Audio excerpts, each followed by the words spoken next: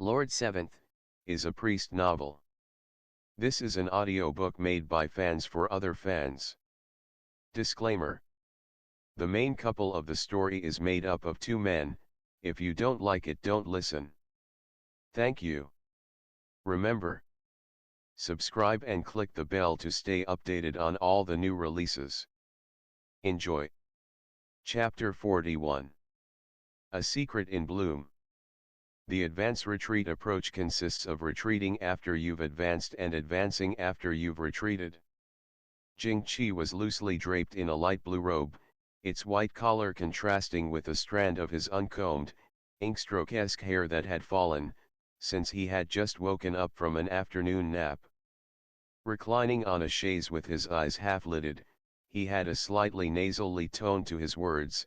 Clarity in the young man's voice had already initiated at some unknown interim, gradually getting polished into a deep and low sound by time, which his each and every unhurried word like a strike on one's heart. Bystanders all believe that when you advance, you then must take some steps back in retreat, so as to avoid blocking the path of one whose path shouldn't be blocked. Bystanders all believe that when you retreat, you must advance regardless. That's what is called pushing forwards despite 100,000 people opposing me. Wuxia watched him mutely, his mind clearly wandering. Jing-Chi had babbled on to this point lazily, liable to fall back asleep at any time, so he didn't notice at first. After not hearing him respond for a long time, though, he tilted his head to look at him. "What are you thinking about?" Startled, Wuxia avoided his gaze in a slight panic and lowered his own head a bit. "Just like you, then," he asked. What?" Jing-Chi opened his eyes some. "What about me? When everyone else thought you shouldn't go to the Guangs, you went. Once you came back, everyone else thought that you would use that opportunity to do something, yet you've done nothing, and are entirely the same as you were before. Going to the Guangs was Helian Chi causing trouble for me. The matter's settled. If I didn't play the wealthy idler when I came back, when would I?" Wuxia pondered this, then shook his head. "Your words are ingenuine." Jing-Chi burst out laughing, standing up to loosen up his body and stretch. The peach blossoms in the courtyard were blooming like a pileup of snow, and once the wind blew, frost dropped all over the place, bringing a cool aroma with it. As it fluttered down upon Jing-Chi, Wuxia thought that the other seemed to have walked out of a painting.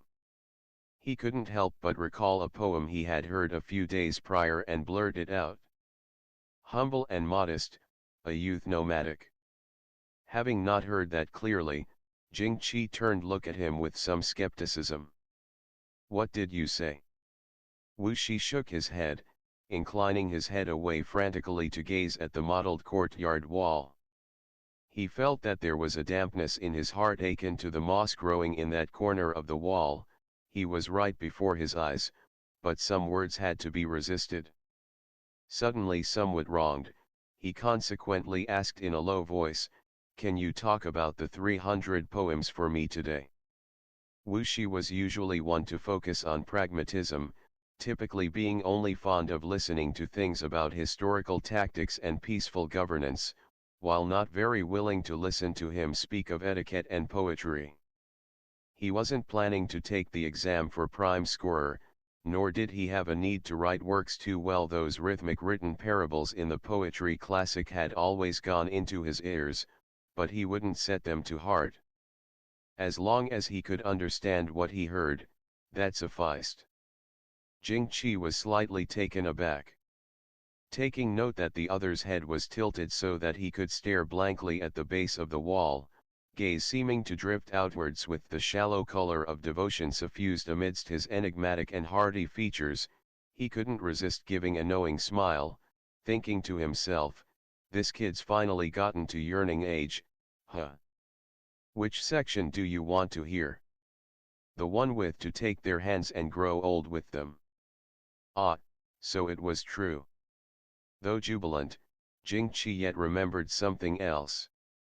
He didn't point it out, merely saying, "That's a sorrowful song, yet you've remembered the two most heavily heartbreaking lines in it." Surprised, Wuxia turned to look at him uncomprehendingly. Jing-Chi lightly let off the couple of petals that had fallen onto his shoulders, then slowly began to speak. "With the noise of the striking drums, we leap out with arms, and a moat is dug out the city wall as we march south alone. We follow Gong Sun's Hong, since peace was made with Chen and Song, yet we were not lead back home, our anxious hearts distressed. There's fighting 100 wars in the yellow sand until one's armor turns gold, as well as meritorious achievements built from countless skeletons. Some people reminisce fondly of Lulan and the attitude of not returning until it had fallen, but the majority of folks would rather hear a song such as Snapped Willow in the Nighttime, where the spring wind never waned and pining never stopped. What this says is that, in the Lan Sea, a vast army is rushing forth with gold spears and armored horses, war drums swelling and steeds whinnying, but there was one such person that was turning his head to gaze in the direction of his hometown, and observing the living people surrounding him, one by one, they would march out to attack in the morning, and would not return at night. In his heart, that old friend harbors thoughts about his homeland, then appears to die." Wuxia hadn't expected that he would turn the subject matter to this, and he didn't react for a moment, simply listening to him in a daze. With a sigh, Jing-Chi continued on. "A promise in life and death made with our beloveds, to take their hands and grow old with them." These words were not said by a general that had pledged to accomplish his mission, nor an emperor that could lay millions of corpses low in a second of anger, but a minor soldier. In his life, he was doomed to not have outstanding aptitude, and only hoped that he could live it with his needs met, together with his plain-clothed, poor, ordinary wife, waiting for her makeup and splendor to wash away completely, waiting for her youthful beauty to age, waiting for her to fall deathly ill. After that, he would find a three-chi grave to lie both of them in, and if they were fated in the next life, they would see each other around again. If not. He suddenly paused. After a long time had passed, he reiterated, "Flourish, and the commoners suffer. Lose, and the commoners suffer. I shouldn't say this to begin with, but dare I ask, Chaminette, if you return to Nanjiang, how will you then act?" Wuxia witnessed his typically slipshod look presently go completely serious, with a certain indescribable, deep feeling inside the peaceful lament of his gaze. In that instant, he felt that a distance, going from Nanjiang to the capital, had opened between him and the one he was normally close and familiar with. Sour in his heart, his eyes swiftly dulled. "I get your meaning. You're guarded against me, so why are you good to me?" Jing-Chi was accustomed to watching others' facial cues and body language. Upon sweeping his eyes in a circle across Wuxi's face, he knew that he was thinking of something, so he paused. Sitting down across from him, he poured the herbal tea on the table, and replenished it anew for both him and Wuxi. He interlaced his fingers, placed them atop the desk, then exhaled. "How do you feel about the crown prince?" Wuxi was stunned, promptly after which he ached a bit. "He isn't bad, of course. You wouldn't do everything in thought of him otherwise." Jing-Chi smiled. "I fear him, though. His Highness is in the most challenging space in court, and he likes to escape to my place because the prince's state is tranquil. In truth, I don't dare to speak much with him, so I annoy him less." Wuxi's brows furrowed. In his impression, Jing-Chi seemingly hadn't been afraid of anything previously, since he never saw him have any special reaction to even the most terrifying toxic creatures at his own estate, and could talk and laugh with anyone without a care there. When he looked at him before, he felt that the guy didn't take anything seriously. Later on, he gradually understood his strain, but after feeling sorry for him, he still believed that the other was executing things with ease and skill. "Why do you fear him?" he couldn't help but ask. "He's the crown prince, and Helian Zhao has never once bowed to him upon meeting him in 20 years, yet he didn't mind it at all, still giving him brotherly respect." Jing Qi shook his head. "Helian Zhao is courageous and accomplished. Helian Qi is insatiably greedy, vicious, narrow-minded, and heterodox. Only the crown prince, after his coming of age, even someone who grew up with him since childhood, like me, can no longer discern his emotions. Even so, nobody else knows his scheming and shrewdness better than I. Tell me, how could I not be afraid of him?" Wuxi's brows scrunched even tighter together. "Since you dislike him, why do you aid him?" Jing Qi smirked. "I didn't say that I dislike him. His Highness has the power to hold up the world, having achievements both political and martial. I have no reason to dislike him. If I don't aid him, then who could I? In the realm of the great Qing, who could support it aside from him? Helian Zhao, or Helian Qi?"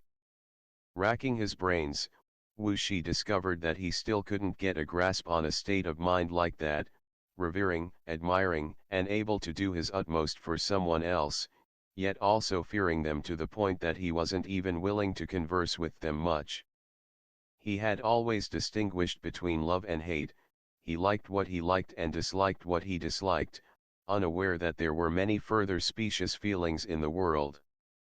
Left unable to understand this for a moment, he merely listened to Jing Qi go on. "Let's talk about me going to the East Palace the same day I came back from the Guangs. The final words he said to me upon my departure, what he meant, and what was going on in his head, are things I still feel like I can't figure out even now. The more I can't figure them out, the more I'll think about them, and after thinking back and forth on it, I'll get terror-stricken." "Why do you have to think about it? Can't you go ask him directly?"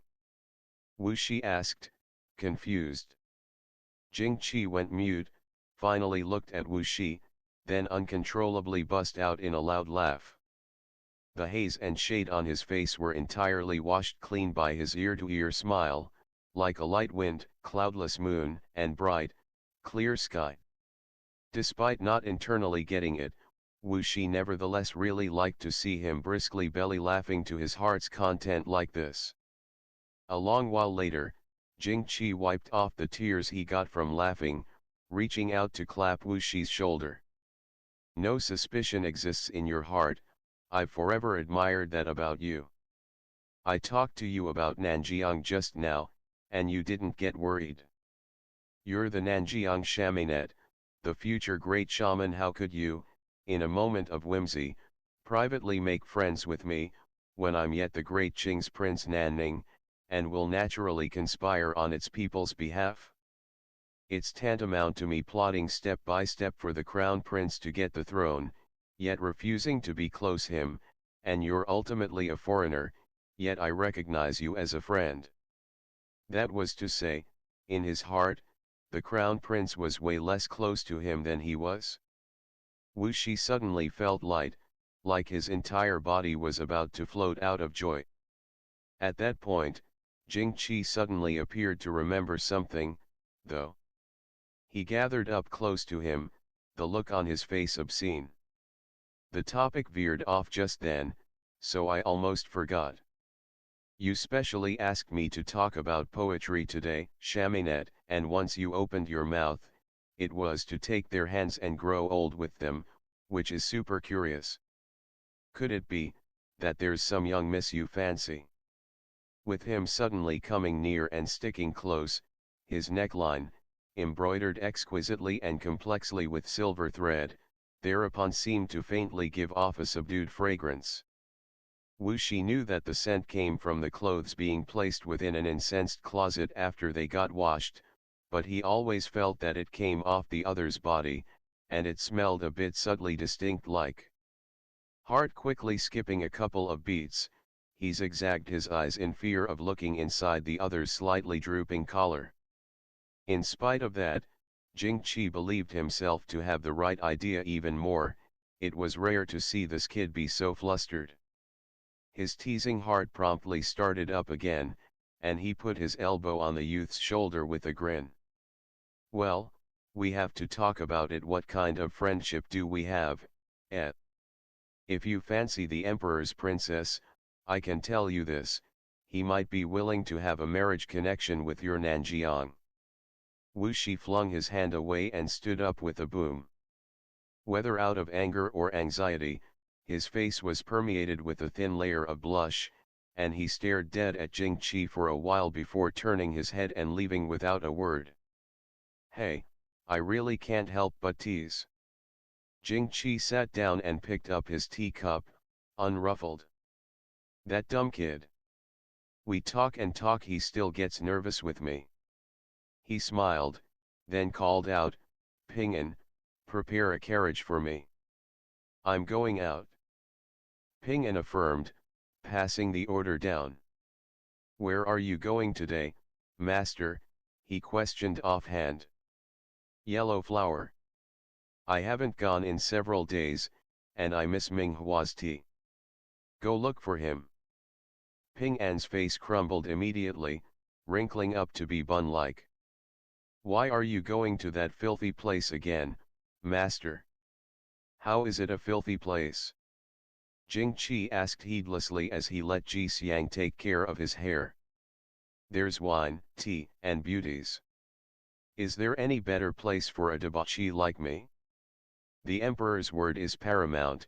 He told me to act as a wealthy idler, so how could I dare to disobey my orders? Ping'an was severely anguished. Yellow Flower, that was male prostitute territory, and in the minds of ordinary folks, it was probably more unbearable than Jadeite and Fine Mist and other such places. The magnificent prince, going to see a catamite practically every day, what did that look like? Why was the prince's deviancy getting worse? End of the chapter. Stay tuned for more BL.